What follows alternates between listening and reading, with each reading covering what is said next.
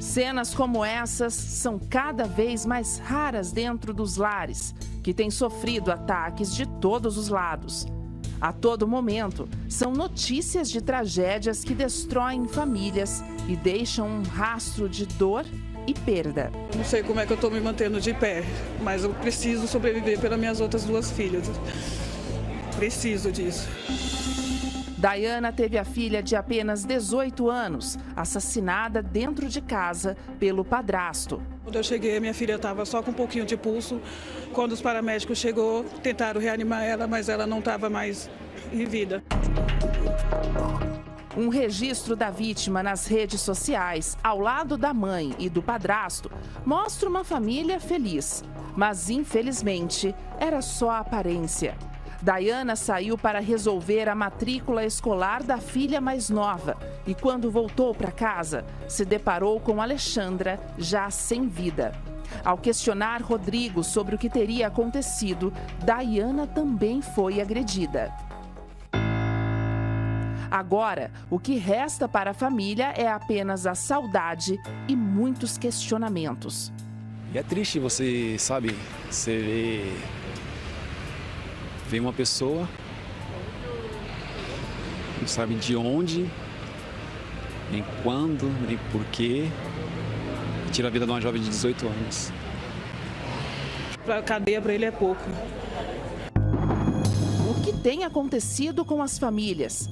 Como chegamos a um ponto onde situações como essa que acabamos de ver se tornam parte do cotidiano de muitos lares? Um jovem acima de qualquer suspeita, condenado por matar a família em casa.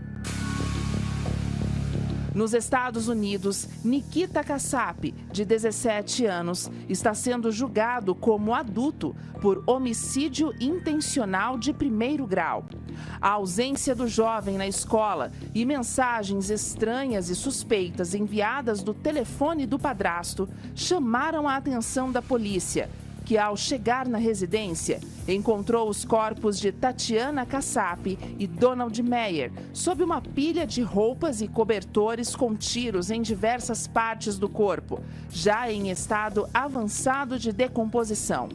O que intriga os investigadores é que, após o crime, o jovem ainda permaneceu na casa com os restos mortais das vítimas por mais de 2 semanas. Um cenário que desafia nossa compreensão das dinâmicas familiares. O que estaria por trás desses atos extremos? Em muitos casos, os pais tentam de tudo, desde apoio emocional até recursos financeiros, para que seus filhos tenham as melhores oportunidades.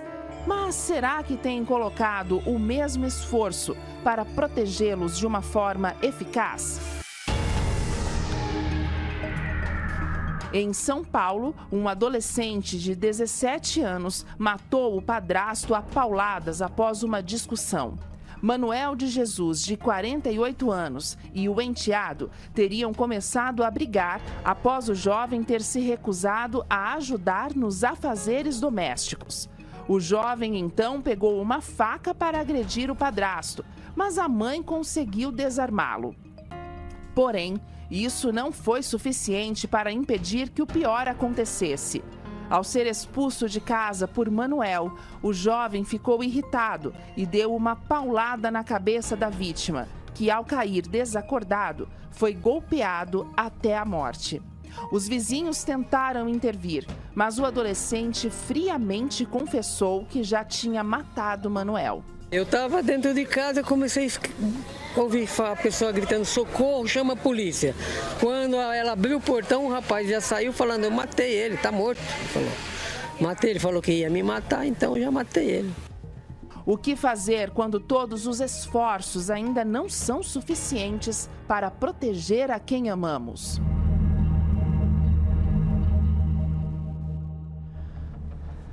Olá, Deus ilumine sua vida, sua família e todos os seus caminhos. Antes de falar mais sobre família, sobre esse assunto da matéria, eu quero já colocar à sua disposição o nosso telefone. Se você sofre, se você quer falar com alguém, desabafar, falar com um orientador espiritual, você pode pegar o telefone e ligar agora para o 011 3573 3535 ou envie uma mensagem pelo WhatsApp 011 3573 3533.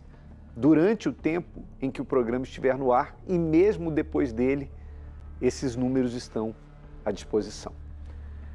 Bom, falando agora sobre tragédia em família ou sofrimento em família ou problemas familiares. A família, ela pode ter muita estrutura, mas se um membro da família é problemático, então a família toda acaba sofrendo por causa dele, porque a família é um corpo. Nós temos dado aqui o exemplo de que a família é como uma corrente, ou seja, são vários elos que formam uma corrente. Se todos os elos forem fortes, mas um for fraco, então é ali que a corrente vai estourar, vai arrebentar. E é isso que nós temos visto acontecer em muitas famílias, né? Aliás, o mal, as forças espirituais do mal procuram exatamente esse elo mais fraco para agir. Como diz o texto sagrado, o apóstolo Pedro escreveu a respeito disso e disse que o nosso adversário, que é o diabo, ele anda ao nosso derredor como um leão que ruge procurando quem possa tragar.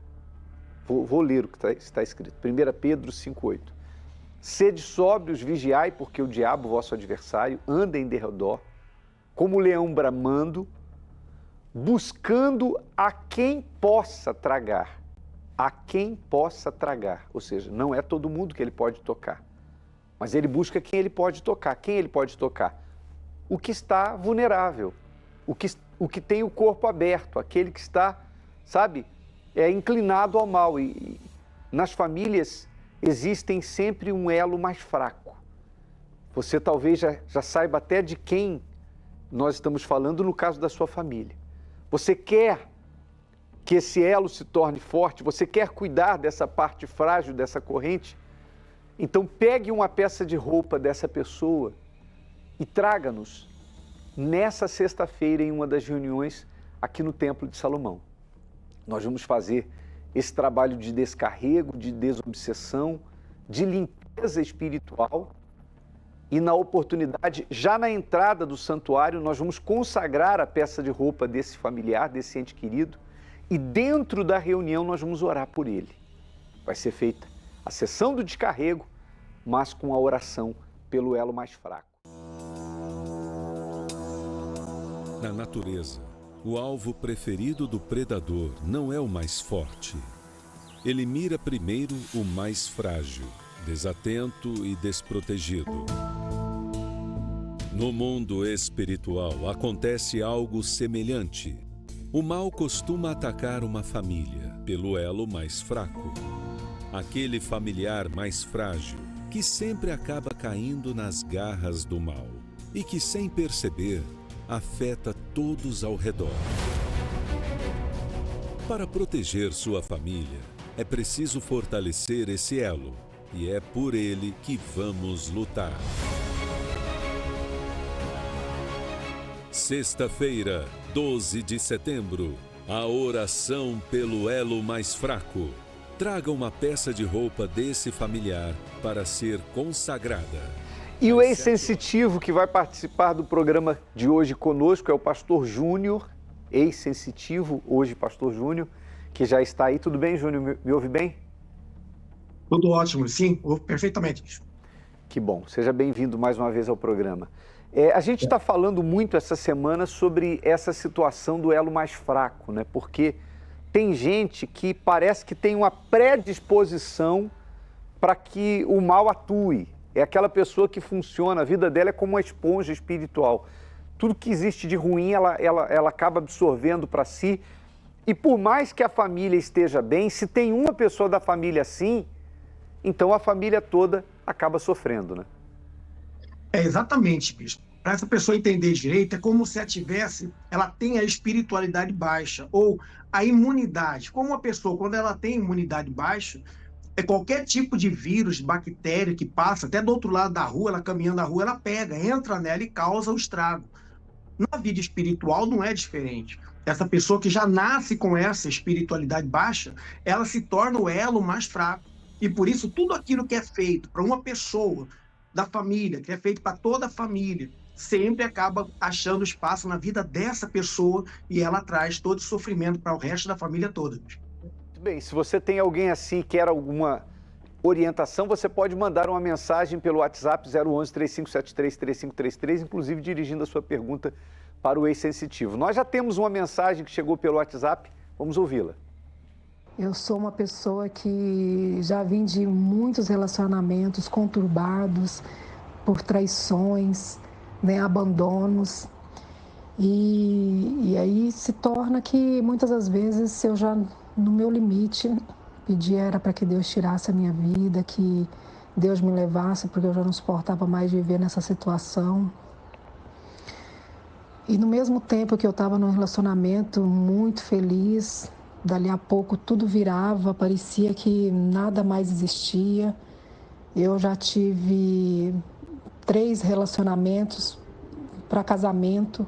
Uma pessoa na noite dizia que eu era a mulher da vida dele, que a gente ia casar, ter filhos. No outro dia ele não me reconhecia, ficou internado em hospital psiquiátrico. O outro simplesmente mudou e começou a me agredir verbalmente, e ameaças até mesmo de morte. E no meu último relacionamento, já marcamos o casamento 2 vezes, né? E a gente não consegue finalizar.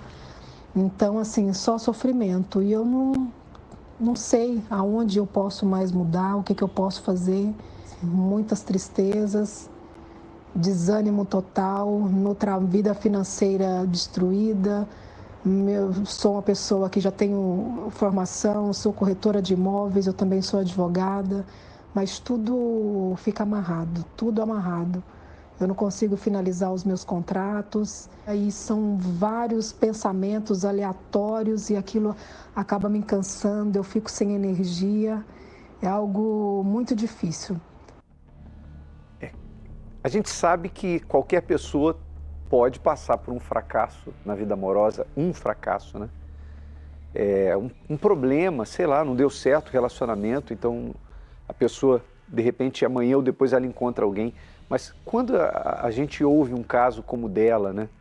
Uma pessoa que aparentemente reúne todas as condições necessárias para ser feliz e não consegue ser feliz no amor com ninguém. Ou seja, ela coleciona fracassos no amor. E agora isso está atingindo também a vida profissional e é algo que está drenando as energias dela, porque ela está, na própria voz a gente percebe um desânimo, né? Não é normal. Exatamente, bispo. Além de ter alguém fez algum ritual ou foi hereditário que passou para ela, mas tem ali a carga energia negativa dada pela inveja também. A gente vê que há um encosto que está sobre a vida dela e está dominando a vida dela. Para eles, ela é uma propriedade deles. Tanto que ele não deixa ninguém se aproximar e ficar com ela. Sempre tem alguma coisa para separar. As pessoas se gostam, mas não conseguem ficar juntos. Tem até agressões verbais, a pessoa muda de uma hora para outra. Por quê? Porque esse encosto está dominando a vida dela. Ele quer ela só para ele. E através da inveja, ela está começando, que outras pessoas têm, porque da profissão dela, por causa da vida dela, ela está começando a ter esse desânimo. Como se eu disse, a voz dela está de cansada, pensando em desistir de tudo. Por quê? Porque esses encostos estão dominando. e esse mal potencializou através dessa inveja que alguém lançou sobre ela, que está ficando pior ainda a situação dela. Então, por isso é muito importante ela buscar o mais rápido possível ajuda no Pai das Luzes, para que ele venha desfazer esse mal. Existe uma solução? Sim, existe, mas ela precisa tomar uma atitude o mais rápido possível. Inclusive, é um caso que acontece muito, e eu já vi isso várias vezes, de a gente atender mulheres assim, que não conseguem a felicidade no amor, e quando a gente ora, a mulher manifestar com o espírito e o espírito dizer, sou eu que não deixo, porque ela é minha mulher. Inclusive, há casos, não estou dizendo que seja o seu, amiga, há casos de mulheres que chegam a dizer que o espírito as procura durante a noite para se relacionar com elas. Então isso existe. Existem espíritos que se consideram donos e não querem que aquela mulher tenha nenhum homem porque consideram que ela é dele. Então, você já está achando que as coisas não estão normais, né? Você já está olhando pela visão espiritual, por isso entrou em contato com a gente. Mas continue considerando isso, dê o próximo passo, esteja conosco nessa sexta-feira para você tratar da sua vida espiritual, tá? Escolha um dos horários. Antes da reunião da noite, nós vamos estar atendendo as pessoas que queiram uma orientação espiritual. Tem uma outra mensagem, dessa vez de texto, eu vou ler. É o caso da Letícia, aqui de São Paulo, que diz, nunca fui feliz na vida, sempre passei por desgostos. Desde a minha juventude até agora, minha vida está em ruínas, bebo muito, fico fora de mim mesmo. Teve um dia em que eu não conseguia voltar ao normal e meus amigos me levaram a um rezador para que eu voltasse ao meu estado normal. Mas depois desse dia, minha vida piorou ainda mais. Queria saber se fui vítima de algum espírito ou ritual, porque não aguento mais tanto sofrimento. Que coisa estranha, né? Exatamente, bicho. Isso aí é, claro, um ritual feito para o encosto de cativeiro que é realizado na calunga pequena, que é para amarrar a vida da pessoa, aprisionar a vida da pessoa no vício. E quando essa pessoa ela toma bebida alcoólica, aquele mal entra na vida dela e domina o ori dela. Então, esse encosto, ele se julga dono do ori dela. Manifesta, domina ela, está dominando tanto que ela não conseguiu voltar assim, e potencializou esse problema na vida dela, porque foram levar ela na casa do encosto para que acontecesse aquela reza. E o que aconteceu? Agora são vários encostos lutando pelo ori dela. Então a vida dela está pior, porque tem outro ori, outro encosto que quer tomar conta do ori dela, que já tem um lá dentro. Então ela tem que sair desse mal, ela tem que se libertar desse mal através da fé o mais rápido possível, porque isso, bicho, pode causar até uma loucura nela. A pessoa fala que caso psiquiátrico, mas na realidade é um caso espiritual. E quando se fala de ori, no caso, é a cabeça da pessoa, né? Os encostos brigam pela cabeça de uma pessoa, porque eles sabem que quando eles dominam a cabeça, eles dominam a vida toda. Temos uma outra mensagem de texto, eu vou ler. Amiga aqui de São Paulo diz assim, eu convivi com um homem e a irmã dele fez um trabalho contra mim. Toda a minha família está destruída e eu estou com raiva de todo mundo. Sofro com epilepsia há mais de 33 anos.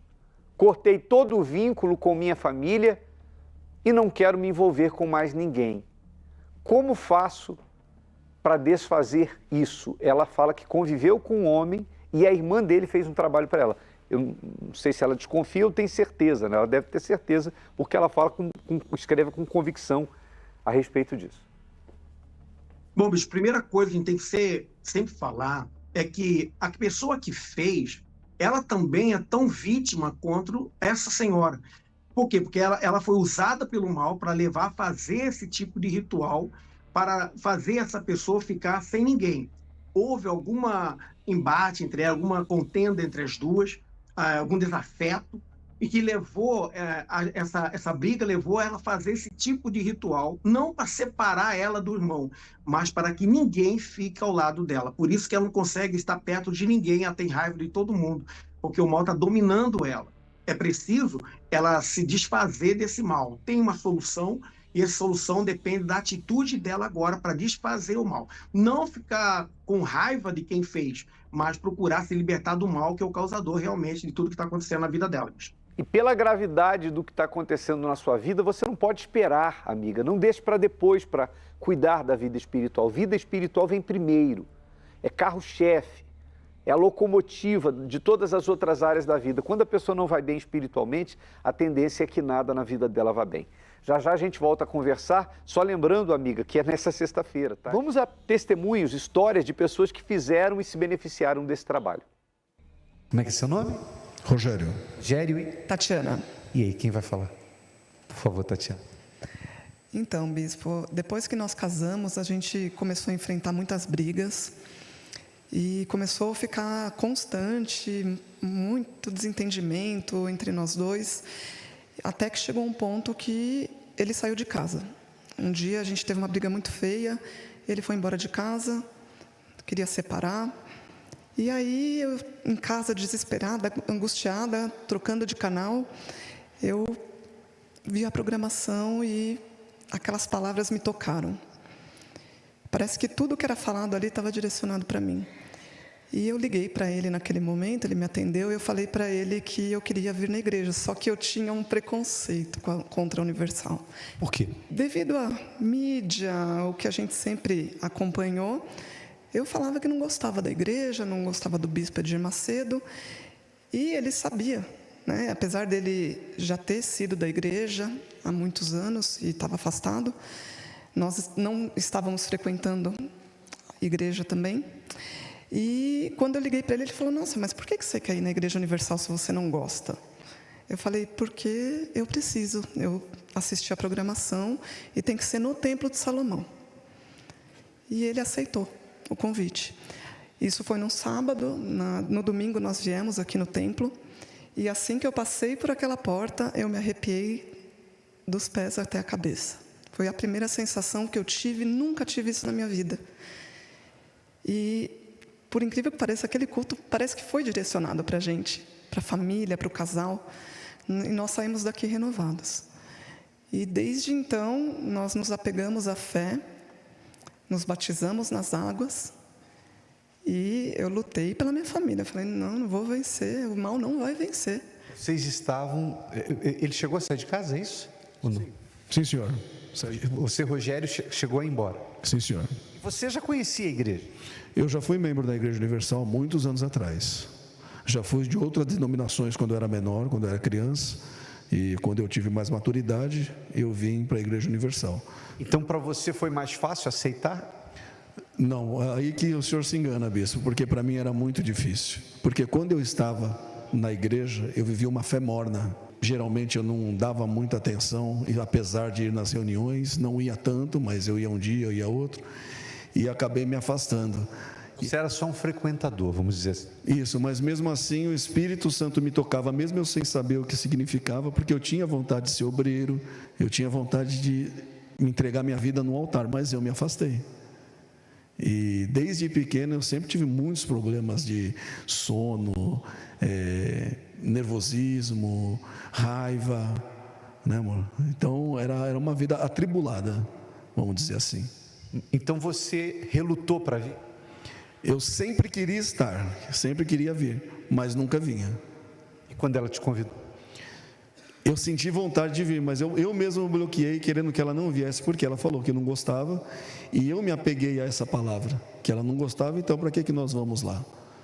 Mas aí, envolvido com o meu sentimento de que eu sabia o que era a igreja, falei: não, vamos lá, porque a gente precisa, que ela era a última da última que eu ia investir como um relacionamento. Então eu falei: não, vamos lá, vamos buscar a presença de Deus. Tem quanto tempo? Vai fazer 1 ano. E de 1 ano para cá, mudou? Totalmente, totalmente. Desde que nós começamos realmente nos firmar, nos batizamos nas águas, a nossa vida se transformou. Inclusive, uma coisa que ele falou do terror noturno, aconteceu uma vez de eu acordar com ele chutando meu pé. Que ele tinha, assim, sonhos, pesadelos bem pesados. Então, a gente... Às vezes, ele falava para mim: eu vou dormir na sala, porque ele tinha medo de uma hora me machucar. E desde então, tudo mudou. Desde o nosso entendimento um com o outro, a gente é mais compreensivo, mais tolerante. Se eu estou um dia um pouco mais nervosa, ele, na calma dele, inclusive ele, né, foi batizado com o Espírito Santo, ele... Pode-se dizer que se não fosse esse despertar da fé, esse despertamento da fé, hoje vocês não estariam juntos? Com toda certeza não. Nem precisa perguntar se valeu a pena, né? Deus abençoe. Deus abençoe, Tatiana. Como é que é seu nome? Estela. E o seu? Meire. Quem lutou por quem? Ela lutou por mim. Qual era o problema? Eu cheguei aqui, na verdade, com depressão, ansiedade, mas eu odiava a igreja, então eu tinha muito preconceito. Então ela falava para mim em casa, porque ela já era da igreja fazia um tempo, e ela falava para mim e eu não queria nem saber. Ela falava e eu brigava, eu era muito nervosa. Mesmo estando mal? Mesmo estando mal. Eu fingia que eu estava bem, porque eu não queria que ninguém perguntasse se eu estava bem, porque... O problema da depressão é que você sente um vazio muito grande e você quer preencher aquilo com tudo. Só que nada preenche aquilo. E eu não queria que ninguém perguntasse, porque eu queria aparentar que estava tudo bem, porque me irritava as pessoas perguntando, como que você está? Você precisa de alguma coisa? Me irritava. Então, eu era essa pessoa, irritada, nervosa, ansiosa demais.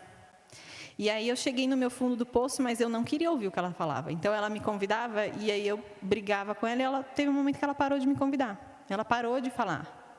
Eu via que ela agia fé, eu via que ela tinha fé e que ela lutava, e que o que ela podia fazer, ela fazia, mas ela não falava mais para mim. Que estratégia foi essa, mãe?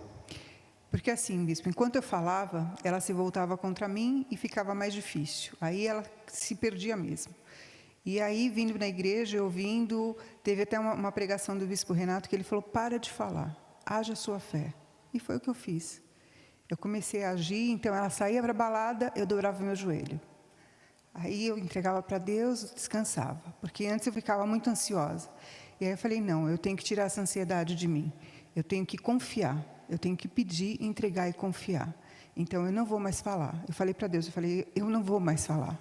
Eu vou falar com o Senhor, e o Senhor vai usar alguém para falar com ela, ou o momento certo que eu devo falar com ela. Você trouxe a batalha para o campo espiritual. O campo espiritual, eu trouxe para o altar. O resultado. E aí, quando eu trouxe para o altar, aí a coisa andou, aí a coisa funcionou. Aí ela começou a quebrantar, começou a entender, porque quando eu falava com ela, ela falava, mãe, lá é lugar de gente que eles fazem lavagem cerebral, é gente que é iletrada, eu sou estudada, eu sei, eu entendo das coisas do mundo. Então não adianta você me falar para ir nessa igreja, porque eu odeio todo mundo lá, eu não consigo ouvir a voz deles. É um monte de gente que faz lavagem cerebral, não sabe o que falam, é gente inculta. O que fez você vir? Na verdade, eu cheia de mim, né? E aí Deus usou uma amiga do trabalho. Então, essa amiga, a gente tinha uma amizade bacana, assim, e um momento do dia ali, ela falou assim, vamos comigo na igreja. Eu falei, mas que igreja que você vai? Na Universal. Eu falei, você vai na Universal? Tão inteligente, você. O senhor vê como que eu era, né? E ela falou, tá bom, então. E deixou para lá. Passou um tempo, aí ela falou assim, olha, vamos comigo, eu preciso muito ir, eu quero ir lá no templo, eu quero conhecer, porque ela não tinha vindo aqui ainda, tinha acabado de inaugurar. Aí eu falei, olha, eu vou com você porque você é minha amiga e porque você está pedindo muito, me enchendo a paciência, mas eu não quero. Você com depressão? No fundo do poço. Já não estava conseguindo trabalhar direito, eu dormia muito e que não queria nem acordar, mas não queria dar o braço a torcer. E aí eu vim com ela. E no dia que eu vim com ela, parece que tudo que eu passava, o pastor falou naquela noite. E eu virei para ela e falei, mas por que você falou o que eu estou passando para ele? Ela falou, mas eu nunca vim aqui, eu nem conheço ele. Aí eu falei, não é possível isso. Aí eu falei, tá bom. Se eu dormir, aí eu saí ainda cheia de mim e falei, se eu dormir essa noite, eu vou voltar semana que vem. Naquela noite eu dormi como um neném. E aí eu falei, tá bom, então acho que eu preciso voltar lá. Aí eu fui vindo, mas eu não falava para ela. Como é que eram as suas noites? Eu era tão... Aquele vazio me consumia. Quando eu estava rodeada de gente, eu estava bem.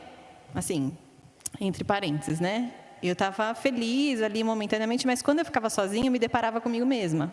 Então eu não queria, assim, parece que eu tinha que olhar para mim. E aquilo me consumia. Então eu chorava muito e dormia cansada de chorar. Mas E naquela noite? Naquela noite não, naquela noite foi diferente. Naquela noite eu dormi leve. E eu acordei e aí eu via cor em tudo. Porque antes eu acordava, via tudo cinza, queria morrer, não queria fazer nada. Mas aquela noite eu dormi e no outro dia eu acordei e falei, meu Deus, mas estava tão bonito o dia assim antes. Foi o sinal. Foi o sinal. Só que eu não falava ainda para ela. Então eu fiquei um mês mais ou menos, acho que vindo nas reuniões e eu não falava. Deus usou uma outra pessoa, a senhora parou de falar, mas estava falando com Deus. Com Deus. Porque enquanto eu falava para ela, eu só escutava negativa. Quando eu falei, chega, eu não falo mais para ela, eu vou falar com o Senhor no altar. Então ela saía para a balada, saía para as coisas, eu não falava mais para ela, não vai, não faz isso, não faz aquilo. Eu dobrava meu joelho e falava, meu Deus, guarda, usa alguém para mostrar para ela que o que ela está fazendo não é certo. Que não é esse o caminho, que não é dessa forma que ela vai preencher o vazio. E Deus mostrou. Tem quanto tempo? 7 anos já. O que mudou? Tudo. É como ela falou, a gente não tinha vida, eu não tinha vida antes. Hoje eu tenho vida. Hoje mudou tudo, tudo. Hoje eu posso ajudar outras pessoas. Hoje eu tenho vida para dar para outras pessoas. Eu imagino que você deve ter visto que não é uma fé fanática, é uma fé inteligente. Hoje, até outro dia me falaram assim, mas você agora só vive na igreja? Eu falei, mas que outra vida que tem? Porque Deus me deu vida, o que eu vou fazer com ela? Eu estou aproveitando ela servindo a Ele, é isso que eu quero para o resto da vida. Então, não tem como viver de outro jeito. Amém. Que Deus abençoe muito mais. Deus abençoe, mãe. Deus honrou sua fé. A gente vê aí o poder da intercessão, né? Quando alguém intercede pelo elo mais fraco da sua família, Deus responde. E é por essa razão que nessa sexta-feira nós vamos ter a oração pelo elo mais fraco. Ou seja, aquela pessoa da sua família que você percebe que é por ela que o mal age na família toda. Traga a peça de roupa dela. Nós vamos ungir essa peça de roupa na entrada do santuário nessa sexta-feira. E dentro da reunião, quando fizermos a oração do descarrego, a oração forte, as pessoas vão segurar essa peça de roupa na mão. Aqui no Templo de Salomão, às 7, às 10, ao meio-dia, às 15 e também às 20 horas. E antes da reunião da noite, nós vamos estar atendendo aqueles que precisam de uma orientação espiritual. Você deve chegar cedo, não paga nada para isso. Você pode participar também, por exemplo, lá em Pinheiros. Pastor Júnior vai estar ajudando as pessoas nessa sexta-feira. Exatamente, bispo. Rua Butantã, 305, aqui em Pinheiros, 7 da manhã, 10, meio-dia, 3 da tarde, 20 horas e especialmente às 18 horas, com um estacionamento gratuito, e estaremos atendendo durante o dia todo um plantão de atendimento para ajudar esse amigo, essa amiga que precisar. Obrigado pela participação mais uma vez, Júnior. Um abraço, até a próxima. Um abraço, Deus abençoe.